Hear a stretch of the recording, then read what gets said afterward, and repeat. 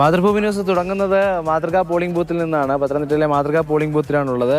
Catholic higher secondary സ്കൂളിൽ ഇത്തരത്തിൽ ദീപാലങ്കാരങ്ങൾ ഉൾപ്പെടെയുണ്ട്. കുറച്ചുകൂടി സമയം കഴിഞ്ഞാൽ പിന്നീട് ഈ കാഴ്ച നമുക്ക് കാണാൻ കഴിയില്ല എന്നുള്ളതാണ്. അപ്പോൾ നമ്മൾ വന്ന് കയറുമ്പോൾ തന്നെ ജനാധിപത്യ മഹോത്സവത്തിലേക്ക് നമ്മളെ സ്വാഗതം ചെയ്യുന്നത് ദീപാലങ്കാരങ്ങളാണ്. ഒപ്പം വലിയ സജ്ജീകരണങ്ങൾ ഈ മോഡൽ പോളിംഗ് ബൂത്തുമായി ബന്ധപ്പെട്ട് ഒരുക്കിയിട്ടുണ്ട് എന്നുള്ളത് തന്നെയാണ്. നമുക്ക് ഈ പുറത്ത് കാത്തു നിൽക്കേണ്ടവർക്കുള്ള സജ്ജീകരണങ്ങൾ ഈ ദൃശ്യങ്ങളിൽ കാണാം. അത്തരത്തിൽ അവർക്ക് ഇരിക്കാനുള്ള ഇരിപ്പിടങ്ങളുണ്ട്, ഫോട്ടോ ബൂത്തുകളുണ്ട്, ഫോട്ടോ എടുത്ത് മടങ്ങാൻ കഴിയുന്ന രീതിയിലുള്ള കാര്യങ്ങളുണ്ട്. അങ്ങനെ മാതൃകാ പോളിംഗ് ബൂത്ത് ഒരുങ്ങിക്കഴിഞ്ഞു. മോക്ക് പോളിംഗിൻ്റെ ദൃശ്യങ്ങൾ നമ്മൾ അല്പസമയം മുൻപ് നൽകിയിരുന്നു. ഇപ്പോൾ ഇവിടെ ഈ വശങ്ങളിൽ കാണാൻ കഴിയുന്നത് ചിത്രങ്ങളാണ്. കാരണം എത്രമാത്രം വലിയ ചരിത്രത്തിൻ്റെ ഭാഗമാണ്, അല്ലെങ്കിൽ ജനാധിപത്യ മഹോത്സവത്തിൻ്റെ ഭാഗമായിട്ടാണ് നമ്മൾ വരുന്നത് എന്ന ദൃശ്യങ്ങളെല്ലാം കാണാം. പഴയ പോലീസുകാരനും പഴയ വേഷവും, അങ്ങനെ പഴയതും പുതിയതുമായ കാലത്തെ നമ്മൾ ഈ കാലത്തിനോടൊപ്പം നമ്മൾ ഈ ജനാധിപത്യത്തിൻ്റെ ഈ വലിയ മൂല്യത്തെ കൂടി കൊണ്ടുപോകുന്നു എന്നുള്ളത് തന്നെയാണ് കാണാൻ കഴിയുന്നത്.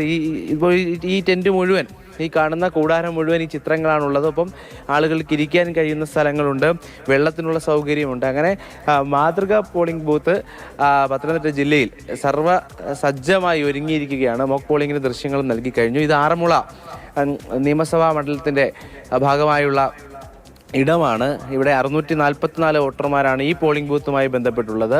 മാതൃകാ പോളിംഗ് ബൂത്തിലേക്ക് ഏതാണ്ട് 7 മണി മുതൽ തന്നെ ആളുകൾ എത്തി തുടങ്ങും. ആറന്മുളയെ സംബന്ധിച്ച് വലിയ മത്സരമാണ് നടക്കുക. എങ്ങോട്ടാണ് ഈ വോട്ടുകൾ ഒഴുകുക എന്നുള്ളത് തന്നെയാണ് ആകാംക്ഷയോടെ കാത്തിരിക്കുന്നത്. കണക്കുകൂട്ടലും പ്രവചനങ്ങളും എല്ലാം ആസ്ഥാനത്തായി പോകുമോ എന്നുള്ള ചിന്ത തന്നെയാണ് ഇവിടെ ഉള്ളത്. വീണ ജോർജ് മത്സരിക്കുന്നു, അബിൻ വർക്കി മത്സരിക്കുന്നു, കുമ്മനം രാജശേഖരൻ എത്തുന്നു. ഇതൊക്കെ നമ്മൾ പലതവണ ചർച്ച ചെയ്തതാണ്. അപ്പോൾ എന്തായാലും എവിടേക്കാണ് വോട്ടർമാരുടെ മനസ്സെത്തുക, അവരുടെ വിരലുകൾ എത്തുക എന്നുള്ള ചോദ്യം തന്നെയാണുള്ളത്. എന്തായാലും മാതൃകാ പോളിംഗ് ബൂത്തിന് മുന്നിൽ നിന്ന് അത്യാവശ്യത്തോടുകൂടിയാണ് ഈ റിപ്പോർട്ടിംഗ് ആരംഭിക്കുന്നത്. കാരണം അത്രമാത്രം വലിയ ചരിത്രത്തിൻ്റെ ഭാഗമാകുന്നു. ഒപ്പം വലിയ സജ്ജീകരണങ്ങളും ഇവിടെ ഒരുക്കിയിട്ടുണ്ട്. രാഹുൽ, ഒരു ചോദ്യം ചോദിച്ചോട്ടെ, എവിടെയാണ് ആദ്യ വോട്ട് രേഖപ്പെടുത്തിയത്, ഓർമ്മയുണ്ടോ?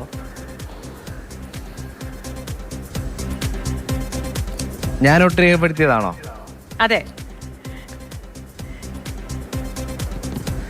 ഞാൻ വോട്ട് രേഖപ്പെടുത്തിയത് ഞാൻ പഠിച്ചിരുന്ന സ്കൂളിൽ തന്നെയാണ്. ഭരണിക്കാവ് എന്ന് പറയും, ആണന്നട ഭരണിക്കാവ് സ്കൂളിലാണ് ആദ്യ വോട്ട് രേഖപ്പെടുത്തിയത്. ആദ്യ വോട്ട് രേഖപ്പെടുത്തുമ്പോൾ ഈ വോട്ടിൻ്റെ ഭാവി എന്താകും എന്നൊക്കെയുള്ള ചിന്തയുണ്ടായിരുന്നു.